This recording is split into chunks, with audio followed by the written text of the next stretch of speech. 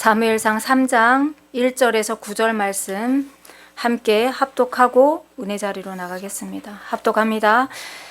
이 사무엘이 엘리야 앞에서 여호와를 섬길 때에 여호와의 말씀이 희귀하여 이상이 흔히 보이지 않았더라. 엘리의 눈이 점점 어두워 가서 잘 보지 못하는 그때에 그가 자기 처소에 누웠고 하나님의 등불은 아직 꺼지지 아니하였으며 사무엘은 하나님의 궤에 있는 여호와의 전 안에 누웠더니 여호와께서 사무엘을 부르시는지라. 그가 대답하되 내가 여기 있나이다 하고 엘리에게로 달려가서 이르되 당신이 나를 부르셨기로 내가 여기 있나이다 하니 그가 이르되 나는 부르지 아니하였으니 다시 누우라 하는지라. 그가 가서 누웠더니 여호와께서 다시 사무엘을 부르시는지라. 사무엘이 일어나 엘리에게로 가서 이르되 당신이 나를 부르셨기로 내가 여기 있나이다 하니 그가 대답하되 내 아들아 내가 부르지 아니하였으니 다시 누우라 하니라. 사무엘이 아직 여호와를 알지 못하고 여호와의 말씀도 아직 그에게 나타나지 아니한 때라. 여호와께서 세 번째 사무엘을 부르시는지라.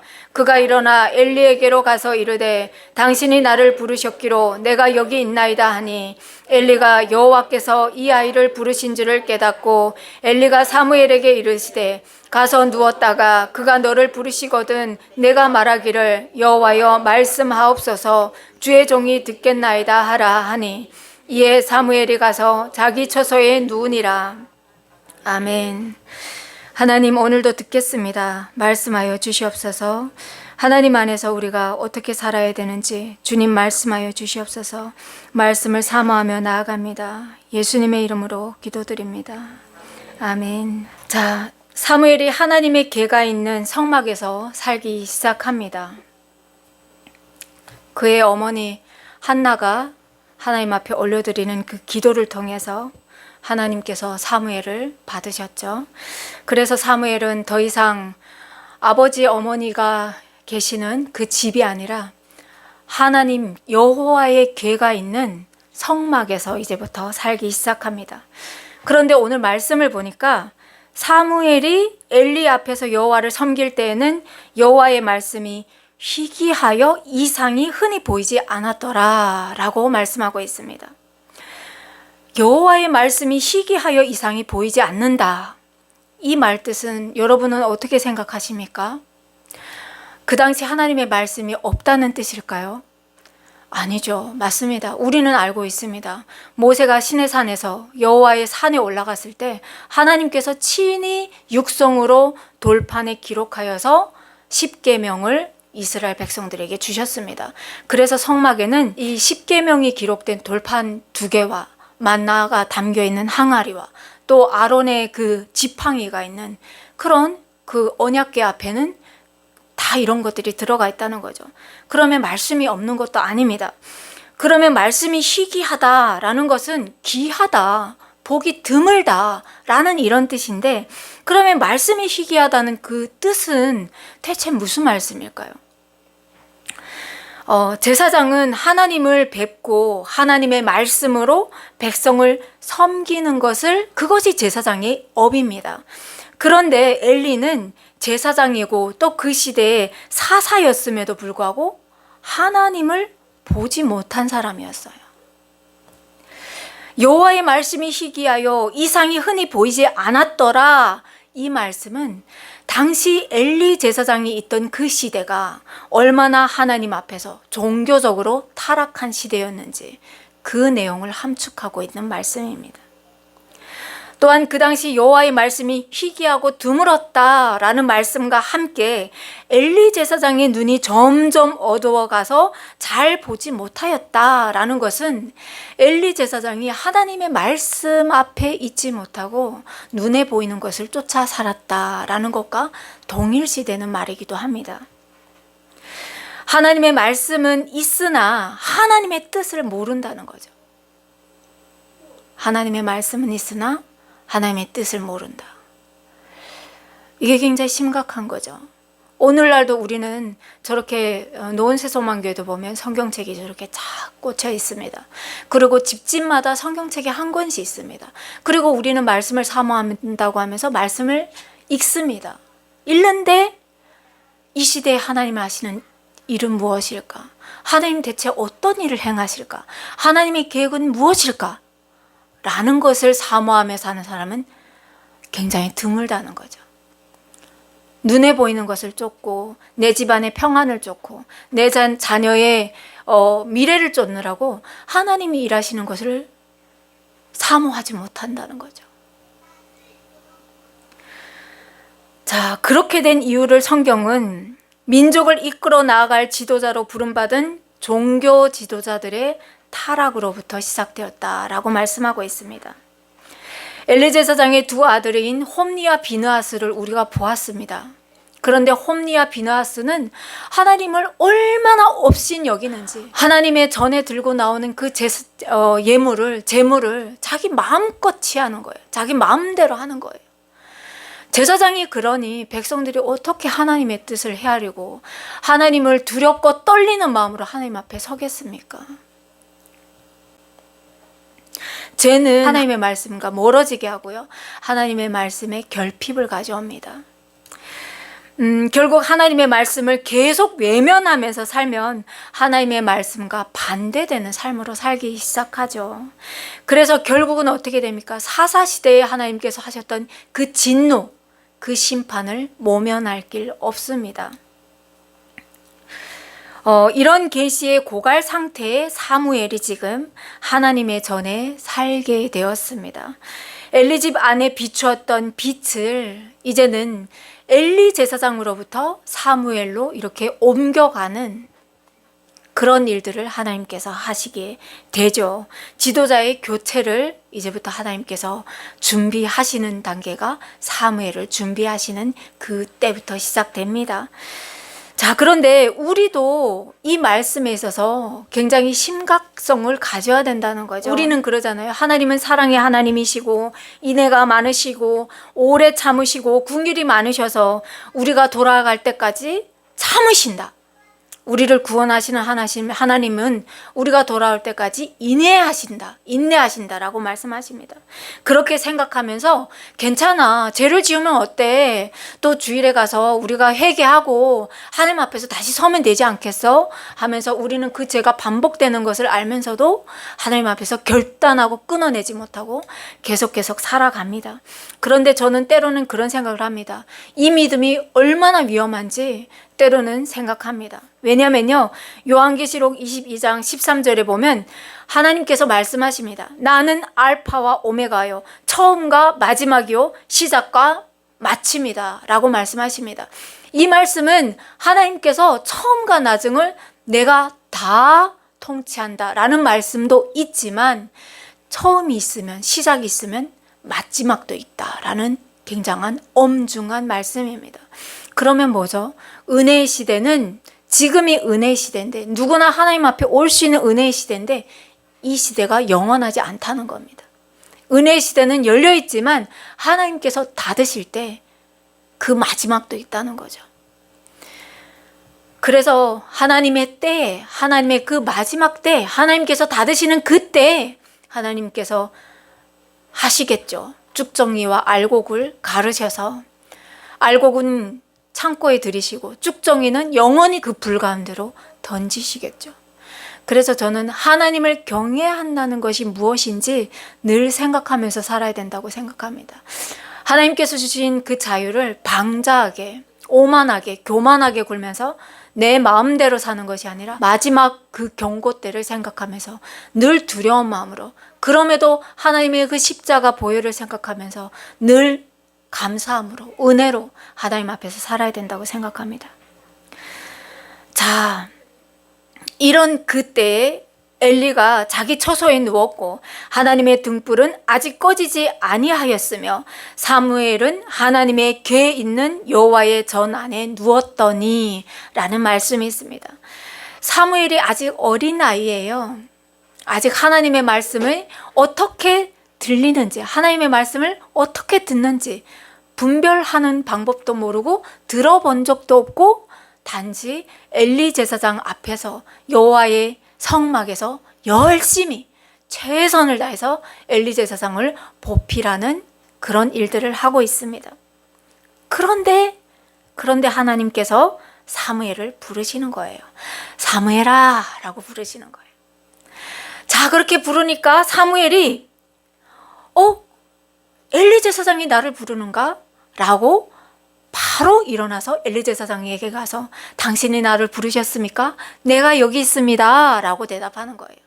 그런데 여러분, 성경에 보니까 하나님의 등불은 아직 꺼지지 아니하였으며 라고 기록하고 있습니다. 이거는 무슨 말씀이냐면요, 새벽녘이다 라는 얘기를 지금 내포하고 있는 거죠. 그러면 새벽녘이면 여러분 어때요? 가장 졸리울 때예요. 졸립고 피곤하고 누군가가 진짜 깨워도 깨어나기 힘든, 성막에서 열심히 일하다가 보면 그 피곤함으로 인해서 깨어나기도 쉽지 않은 그 새벽녘. 그런데 사무엘아 라고 부르니까 사무엘이 바로 일어나서 엘리 제사장에게 갔대요. 누가 불러 피곤하게, 그러지 않았어요. 사무엘아 한번 부르는 그 소리를 듣고 바로 일어나서 당신이 나를 부르셨습니까? 내가 여기 있습니다. 시킬 일이 있으면 저를 시키십시오 라고 얘기를 하는 겁니다. 자, 그런 사무엘을 보면서 엘리 제사장이 뭐라고 합니까? 아니다, 나는 너를 부르지 않았다. 가서 누워서 더 자거라 라고 얘기를 합니다. 그런데 이걸 몇 번 반복을 합니까? 3번 반복합니다. 3번. 아니, 어떻게 이렇게 못 알아들을 수가 있습니까? 3번이나 하나님께서 부르시는데 엘리 제사장도 못 알아듣고 이 사무엘도 못 알아듣습니다. 왜 못 알아들을까요? 여러분, 있을 수 없는 일이 있은 거예요. 지금 있을 수 없는 일이 지금 일어난 거예요. 하나님의 음성이 들리는 그 단계는 누구입니까? 엘리 제사장인 거예요. 엘리 대제사장. 1년에 한 번 하나님 앞에 나가서 하나님 앞에 무릎 꿇고 나라와 민족을 위해서 기도하는 그 엘리 제사장에게 하나님의 음성이 임해야 되는데 아직 그 어린 사무엘에게 하나님의 음성이 임하니까 누구도 못 알아듣는 거예요. 그래서 성경은 말씀합니다. 사무엘이 아직 여호와를 알지 못하고 여호와의 말씀도 아직 그에게 나타나지 아니한 때, 그러면서 사무엘에게 하나님의 말씀이 임한 거예요. 그러니 어떻게 알아듣겠어요? 못 알아듣는 거죠. 그래서 3번씩이나 엘리 제사장도 나는 너를 부르지 않았다, 어서 가서 자거라 하고, 사무엘은 부를 때마다 가서 당신이 나를 불렀습니까? 내가 여기 있습니다. 무슨 일을 시키시려고 하십니까? 라고 했던 겁니다. 자, 3번씩이나 임하니까 그때야 엘리 제사장이 여호와의 하나님이 이 아이를 부르는구나, 하나님께서 이 아이에게 말씀하고 있구나. 그래서 어떻게 합니까? 그 사무엘 보고 그러죠. 다시 너를 부르거든 당신이 나를 찾았습니까? 제가 여기 있습니다 라고 하나님 앞에 얘기를 하여라, 아뢰어라 라고 얘기를 합니다. 그래서 사무엘이 가서 정말로 자기의 자리에 가서 누웠더니 또다시 부르시죠. 하나님께서 사무엘아 라고 부르십니다. 그때 사무엘이 무릎을 꿇고 하나님 앞에 제가 여기 있습니다. 당신의 종이 여기 있습니다. 말씀하옵소서. 그때 하나님께서 말씀하시는데 얼마나 놀라운 말씀을 하시는지, 사무엘아 네가 정말 잘하고 있구나. 그래 춥지는 않느냐, 등은 따시냐 라고 물어본 것이 아니라 하나님께서 무엇을 말씀하시냐, 놀랍게도 엘리 제사장의 집안을 심판하겠다는 말씀을 하십니다. 그 어린 사무엘이 모시는 그 엘리 제사장의 집안을 심판하겠다는 말씀을 하십니다. 사무엘이 어떻게 했을까요? 여러분 생각해 보십시오. 사무엘이 얼마나 당황스러웠을까요? 자, 그러면서 하나님께서 말씀하시는데 엘리 제사장의 집안을 심판하시는 일은, 왜냐, 엘리 제사장이 아는 죄악들을 하나님 앞에서 계속 행하기 때문에 그 집안을 심판하겠다고 하십니다. 그러면 엘리 제사장이 아는 죄라는 것은 무엇일까요? 엘리에게는 2 아들이 있죠. 홈니와 비느하스. 그들은 엘리 제사장의 가문에 아들로 태어났다는 이유 하나만으로 하나님 앞에서 제사장으로 섰습니다. 그런데 그들이 하나님의 전에서 얼마나 그 행하는 악들이 대단한지요. 그런데 이 엘리 제사장은 그 두 아들을 이끌어내어서 너희가 하나님 앞에서 이렇게 하면 되겠느냐? 사람들이 다 보고 이야기한다. 그러니까 제발 이 악을 멈춰라. 이렇게 말해서 누가 듣습니까? 여러분, 물론 우리가 자녀를 키우면서 우리의 자녀가 내 뜻대로 안 되죠. 내가 하나님의 나라를 진짜 믿는다고 하면, 내가 하나님의 나라를 정말로 사모하고 내가 하나님께서 주신 그 은총으로 그 맛보았던 사람이라고 하면, 내 자녀가 내 하나님 앞에 있지 않는다고 하면 우리 부모들은 어떻게 해야 되겠습니까? 말로 해서 안 듣는다고 하면 다 큰 자녀를 매를 드겠습니까? 안 되지 않습니까? 더군다나 이 시대에는. 그러면 하나님 앞에 나와서 울어야죠. 금식하면서 통곡하면서 울어야죠. 그런데 엘리 제사장은 그렇게 안 했습니다. 하나님의 사람이 심지어 나가서 말했습니다. 하나님께서 그 하나님의 사람을 보내서 얘기를 했습니다. 이렇게 하면 하나님께서 심판하실 거라고 말했습니다. 그런데도 엘리 제사장은 하나님 앞에서 아무런 반응을 하지 않습니다. 그래서 하나님께서 오죽했으면 이 어린 사무엘에게 말씀하시는 겁니다. 자녀를 살아가는 아비라고 하면, 그리고 이 제사장이라는 직업은 아니죠. 이 사명은, 제사장이라는 이 사명은 온 백성을 하나님 앞에서 기도해야 하는 기도자가 아닙니까? 그 두 아들은 내 아들이기에 앞서서 하나님 앞에 인도해야 될 하나님의 백성이 아닙니까? 그런데 이 엘리 제사장은 그 죄를 관과했습니다. 이것이 이 사람이 하나님 앞에서 알고도 모르셔야 하는 죄입니다. 우리 오늘날도 마찬가지입니다. 우리의 자녀를 보면서 내 것이라고 생각하지 마십시오. 그건 하나님의 자녀입니다. 그리고 부모로 먼저 시험을 받은 것은 우리가 그 아이들을 하나님 앞에 신실하게 인도해서 하나님 앞에 세워야 할 사명이 있습니다. 그것이 내 마음대로 안 된다고 하면 여러분 하나님 앞에서 울어야 됩니다. 무릎 꿇고 울어야 됩니다. 죄를 뒤집어 쓰고 티끌을 머리에 뒤집어 쓰고 하나님 앞에서 울어야 됩니다. 그게 우리가 해야 될, 그리스도인으로 살면서 우리가 해야 될 사명입니다. 그런데 엘리 제사장은 그렇게 안 했습니다. 그러면 여러분 궁금하지 않습니까? 하나님께서 사무엘에게 엘리 제사장의 집안을 심판할 이 심판을 지금 예언하셨습니다. 그러면 엘리 제사장의 집안에 이제는 희망이 없는 걸까요? 희망이 있습니다. 하나님은 죽이려고 하신다고 하면 예언도 안 하십니다. 사람을 보내지도 않습니다. 이 어린아이의 입술을 통해서 그 가정의 심판이 임한다는 말씀도 하지 않습니다. 그러면 왜 말씀하실까요? 빨리 하나님 앞에 엎드려서 회개하라는 말이죠. 그런데 엘리는 또 하지 않습니다. 성경은 이스라엘 역사를 통해서 우리에게 말씀하십니다. 시내산에서 그 금송아지 사건이 있었을 때도 하나님께서 그 모세에게 그랬어요. 네가 이끌어낸 너의 백성이 악하다 하면서 나는 저 백성을 다 쓸어버리고 너로부터 다시 시작하겠다고 말씀하셨어요. 그렇지만 모세는 그때 하나님의 뜻은 어떻게 됩니까? 하나님께서 이 백성을 여기까지 인도하셔서 이 광야에서 다 죽인다고 하시면 그 이방의 많은 하나님을 모르는 사람들은 하나님을 뭐라고 하겠습니까? 그들이 하나님을 어떻게 따르겠습니까? 라고 했을 때 하나님께서는 그 징계를 뒤로 미루셨어요. 그러니까 살 길이 있다는 거예요. 앞으로도 이 역사를 보면 많은 일들이 있습니다.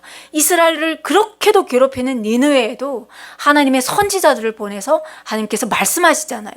그럴 때 니느웨도 막 먼지를 뒤집어 쓰고 금식하면서 짐승부터 사람까지 다 하나님 앞에 엎드리는 거예요. 그랬을 때 멸망을 예언받은 그 니느웨임에도 불구하고 하나님께서 죽이지 않으시는 겁니다. 엘리 제사장의 집도 마찬가지인 겁니다. 빨리 무릎을 꿇으라는 거죠. 자, 그러면 엘리 제사장은 무릎을 꿇었을까요? 그래서 그 어린 사무엘을 통해서 하나님께서 말씀하시죠. 그러므로 내가 엘리의 집에 대하여 맹세하기를 엘리 집의 죄악은 제물로나 예물로나 영원히 속죄함을 받지 못하리라. 그만큼 내가 정말로 하나님께서 지금 화가 났어 라는 것을 하나님의 사람을 통해서도 듣지 않는 엘리 제사장, 들어라 라고 말씀하시는 거예요. 그런데 다음날 아침이 되니까 엘리 제사장이 알잖아요. 아, 사무엘에게 하나님이 말씀하셨지. 그래서 아침에 일찍 일어났을 때 사무엘은 막 두려운 마음으로 내가 이 말을 어떻게 엘리 제사장에게 말을 할까 하면서 지금 막 번뇌하고 있는데 엘리 제사장이 사무엘에게 그러는 거죠. 어제 하나님께서 너에게 하신 그 말씀을 토시 하나도 빼놓지 말고 다 말하라. 그렇지 않을 때는 하나님의 저주가 너희에게 임하기를 원한다 하면서 사무엘에게 덜커덕 겁을 주는 거죠. 그 어린 사무엘에게. 그러니까 사무엘이 뭐라고 합니까? 다 하나님께서 일러주신 대로 다 말하는 겁니다. 그런데 엘리 제사장의 그 행동이 아주 경악할 정도인 거예요. 그가 이르되 이는 여호와이시니 선하신 대로 하실 것이니라. 자기 집안에 지금 심판을 예언하셨는데 그 표징까지도 주셨어요. 표징. 그 표징이 무엇입니까? 홈리와 비나스가 한날 한시에 죽을 거다. 내 아들이 죽을 거라는 그 예언을 받았습니다. 어떻게 아버지가 이럴 수가 있어요? 어떻게 이럴 수가 있어요? 과연 자녀를 사랑하는 부모라고 하면 이럴 수가 있습니까? 그때라도 하나님 앞에 무릎을 꿇어야 되지 않습니까? 그런데 그분은 여호와이시니 선하신 대로 하실 것이라. 아, 이 집안에 심판이 임하면 뭐 어떻게 하겠어? 어쩔 수 없지. 우리 다 죽어야지. 말이 됩니까? 하나님을 안 믿었다는 거예요. 하나님을 안 믿었다는 거예요. 하나님을 믿는 사람이라고 하면, 하나님 앞에 그 두려운 마음으로 서는 제사장이라고 하면 무서워서 이렇게 할 수 없다는 거예요. 안 믿었다는 거예요. 우리도 하나님 앞에서 방종하는 거는 하나님을 안 믿기 때문에 방종할 수 있는 겁니다. 하나님의 뜻이 하늘에서와 같이 이 땅에서도 이루어지는 것을 믿는 사람이라고 하면 두려워서 하나님 앞에서 죄를 지을 수가 없습니다. 하나님께서 나를 시퍼런 눈으로 낮과 밤이 없이 보시니까. 자, 이런 엘리 제사장과 함께 사무엘이 성전에서 자랍니다. 그런데 엘리 제사장이 이제는 하나님의 말씀을 안 들으니까 하나님께서 그 지팡이를 엘리 제사장으로부터 사무엘에게로 옮깁니다. 그러니까 어떤 일들이 일어납니까? 사무엘의 말이 하나도 땅에 떨어지지 않게 하셨대요. 사무엘이 말하면 벌써 하나님께서 사무엘을 높이시는 거예요.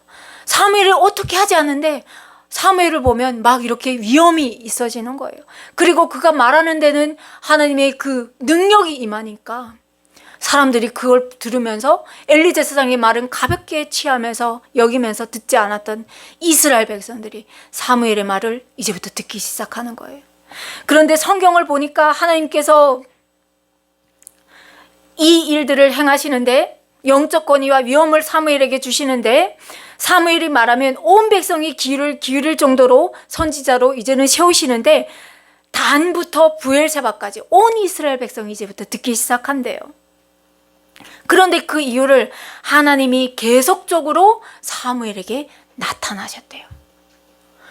그러니까 이제부터 음성으로 하나님께서 초반에 시작할 때 하나님의 말씀이 희한하여서 말씀이 이제는 없는 것처럼, 하나님 말씀이 없는 것처럼 희한하게 생각했던 그 이스라엘에 이제부터 하나님께서 사무엘을 통해서 계속 말씀하시는 거예요.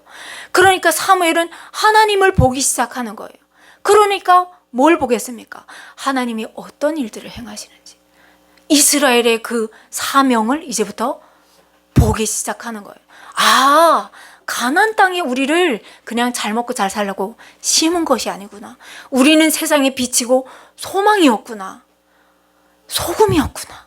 이것들을 사무엘이 보기 시작하는 거예요. 그러니까 그 말에 하나님께서 영적 권위를 주시는 겁니다. 여러분, 우리가 이 시대에 그리스도인으로 사는데 우리를 보면서 하나님을 보지 못한다는 것은 여러분 다시 한번 생각해야 됩니다. 우리의 삶을 통해서 예수를 믿지 않은 사람들이 예수님을 보지 못한다고 하면 우리 신앙이 잘못된 거예요. 하나님 앞에서 다시 한번 우리가 회개를 해야 돼요. 하나님 앞에서 살고 싶습니다.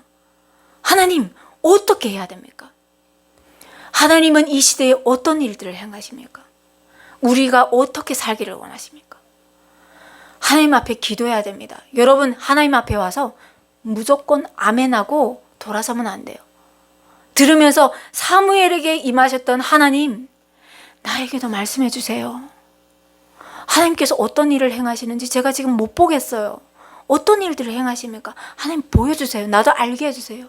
하나님의 그 경륜에 저도 동참할 수 있는 은총을 주십시오. 그러면 하나님은 보여주시는 분이십니다. 왜냐면요, 우리 아버지시기 때문이시거든요. 자, 하나님께서는 사무엘을 특별히 사랑하셔서 사무엘을 택하신 분이 아니십니다. 하나님은 사무엘을 통해서 이스라엘을 다시 일으키시려고 하는 하나님의 경륜이 있으시기 때문입니다.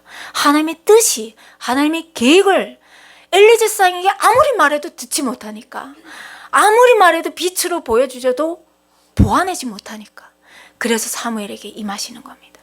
이스라엘을 통해서 모든 방백을 하나님께로 다시 돌아오게 하는 그 놀라운 일을 하시기 위해서 사무엘을 택하여 주시는 겁니다. 여러분들도 사무엘처럼 택함 받는 한 지체가 되시길 간절히 소망합니다. 자, 이런 때에 이스라엘에 전쟁이 일어납니다. 블레셋과의 싸움이 일어났어요. 그런데 이스라엘이 블레셋과 전쟁을 하는데 패해요. 전쟁에서 이기지 못해요. 죽임을 당한 군사가 4,000명가량이나 됩니다. 하나님의 언약궤가 있는 백성인데 하나님을 모르는 그 블레셋에게 패하여서 많은 전사자가 생깁니다. 왜 그렇습니까? 그러니까 장로들이 이 이스라엘 진영으로 돌아와서 이렇게 말합니다. 여호와께서 어찌하여 우리에게 오늘 블레셋 사람들 앞에서 패하게 하셨는고 하면서, 여호와의 언약궤를 실로에서 우리에게 가져다가 우리 중에 있게 하지 않아서 그렇구나. 하나님의 언약궤를 우리 진영으로, 이 싸움의 전쟁터로 하나님의 언약궤를 메고 와야겠다. 그래서 그것으로 우리의 원수들의 손에서 구원하게 하자. 역사를 모르는 사람들이 아닙니다. 여러분, 언약궤가 이스라엘 진영 앞으로 걸어서 승리한 전쟁이 있죠. 그 전쟁이 뭐였습니까? 여리고성 정복이었습니다. 가나안의 첫 관문 여리고성을 정복할 때 언약궤가 앞서가면서 그들이 칼과 활로 이렇게 싸운 것이 아니라 나팔을 불면서, 양각 나팔을 불면서 언약궤 앞에서 걸었더니 그 높고 높은 견고한 성벽이 무너져서 이스라엘이 전쟁에서 승리합니다. 그러니까 역사를 모르는 사람들이 아니에요. 알아요. 이렇게 오랜 시간이 지나면서도 이들이 역사를 알아요. 그러니까 언약궤가 없어서 우리가 전쟁에서 졌구나 라고 생각을 한 겁니다. 맞습니까? 이들의 생각이 맞냐고요? 아니죠. 이들에게 전쟁이 일어난 이유는 이들이 하나님 앞에서 불순종했기 때문에 이런 전쟁이 일어났습니다. 하나님께서 말씀하셨잖아요. 너희가 내 말에 순종하여서 내 말대로 살면, 그러면 하나님께서 어떻게 하셨습니까? 너희가 꼬리가 되지 않고 머리가 되게 하며, 너희가 꾸어줄지라도 꾸는 자가 되지 않게 하며 라는 말씀을 하셨습니다. 거기에는 조건부가 붙었는데 그 조건부가 뭐였습니까? 하나님의 말씀에 순종하여서 그 말씀대로 살면. 그렇지만 그렇게 살지 않으면 너희들이 내쫓지 못한 가나안 족속들로 너희들의 가시가 되게 하여서 너희를 괴롭히게 하겠다. 하나님의 말씀입니다. 그런데 이들이 하나님의 말씀대로 안 사니까 주변에 많은 그 가시들을 들어가지고 이스라엘을 치시는 거예요. 그런데 이스라엘 백성들은 왜 자기들이 얻어맞는지도 몰라요. 심각합니까? 안 합니까? 여러분, 심각해요. 그래서 실로에 가서 성막에서 언약궤를 메고 나옵니다. 누가 메고 나옵니까? 홈리와 비느하스 제사장들이 메고 나옵니다. 그래서 전장으로 갑니다. 가는데 가니까 자, 블레셋 사람들도 놀라면서 얘기해요. 아니, 저 신이 전쟁터로 나왔다. 이런 경우는 없는데 어떻게 신이 전쟁터로 나왔느냐, 전장으로 나왔느냐 하면서 그들이 뭐라고 합니까? 저 신은 산과 들과 하늘과 바다를 막론하고 저들을 애굽에서 건져낸 신이다 라고 얘기합니다. 그러면서 큰일 났다. 우리가 이제는 다 진멸당하게 되었다. 여러분, 이스라엘 사람들이 아는 만큼 블레셋 사람들도 압니다. 우리가 예수님을 아는 것만큼 안 믿는 사람들도 예수님을 알아요. 그러면 여러분, 구별이고 거룩이라는 말은 무엇입니까? 삶입니다. 삶. 교회 안 오는 사람들도 예수님을 안다니까요. 십자가를 안다니까요. 그러면 교회에 오는 사람들이 하나님 앞에서 거룩한 백성이라고 하는 이유는 말씀을 듣고 다시 세상으로 나가서 세상 사람들과 똑같이 되는 게 아니라 거룩성입니다. 삶으로 나타나는 거룩성, 하나님을 경외함으로 말미암아 나타나는 거룩성입니다. 이스라엘 사람들이 아는 것만큼 블레셋 사람들도 안다니까요. 그래서 이들이 뭐라고 하냐면요, 너희 블레셋 사람들아, 강하게 되며 대장부가 되라. 너희가 히브리 사람의 종이 되기를 그들이 너희 종이 되었던 것과 같게 되지 말고 대장부같이 되어서, 대정부가 되어서 나가서 싸워라라고 스스로를 격려합니다. 종이 되고 싶지 않거들랑 나가서 열심히 싸워. 죽기 살기로 싸워. 블레셋이 그럽니다. 안다니까요. 그러니까 블레셋 사람들이 하나님을 우상처럼 생각하는 것처럼, 나의 수호신처럼 생각하는 것처럼 이스라엘 사람들도 하나님을 나의 수호신처럼 생각했다는 거예요. 하나님은 나의 수호신입니까? 아닙니다. 하나님은 나를 지켜주는 분이시기도 하지만 하나님은 우주 만물을 창조하신 분이시잖아요. 우주 만물을 다스리시는 분이시잖아요. 그분이 나를 자녀 삼아주신 분이시거든요. 내가 그분을 부리는 내가 주인이 아니고요. 주객이 바뀌면 안 됩니다. 여러분이 하나님의 주인이 될 수가 없습니다. 이걸 분명하게 알고 나가야 됩니다. 자, 그래서 이 사람들이, 블레셋 사람들이 죽기 살기로 나와 싸우니까 이스라엘보다 더 강하지 않겠습니까? 무기도 강한데 정신력도 더 강해요. 이스라엘 사람들은 자기들이 왜 죽는지도 모르고 나가지 않습니까? 차라리 하나님 앞에 미스바 강자에 모여서 먼지를 뒤집어 쓰고 하나님 앞에서 통회했다고 하면, 회개했다고 하면 하나님께서 이들의 대장이 되셔가지고 나가서 블레셋을 이겨주셨을 겁니다. 지금까지 이스라엘이 이긴 역사를 보면 하나님께서 나가서 싸워주셨거든요. 그런데 이스라엘은 보이는 현상만 보고 하나님을 보지 못하는 거예요. 영적 영안이 깜깜한 거예요. 그래서 결과가 어떻게 되었을까요? 이스라엘은 또다시 대패합니다. 얼마나 죽느냐? 조금 전에는 4,000명 이렇게 죽었다고 하면 이번에는 3만이나 죽습니다. 3만이나 죽습니다. 그리고 어떻게 합니까? 하나님의 언약궤까지 빼앗겨버리는 거예요. 그리고 홈리와 비누아스도 전장에서 제사장들이 죽어버립니다. 자, 엘리 제사장이 98세가 되어서 이제 길에 이렇게 의자를 놓고 기다리는 거예요. 언약궤도 나갔지, 두 아들까지 나갔지.